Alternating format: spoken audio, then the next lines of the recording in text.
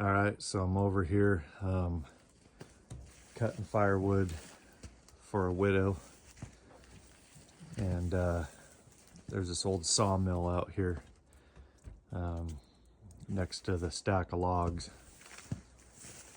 I've never really seen anything like this before, but the blade's about 40 inches across.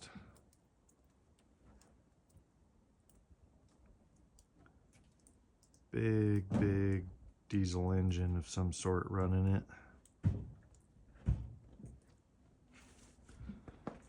Roller decks. Probably a generator over there. And then another little buzz saw to cut off wood, I'm thinking.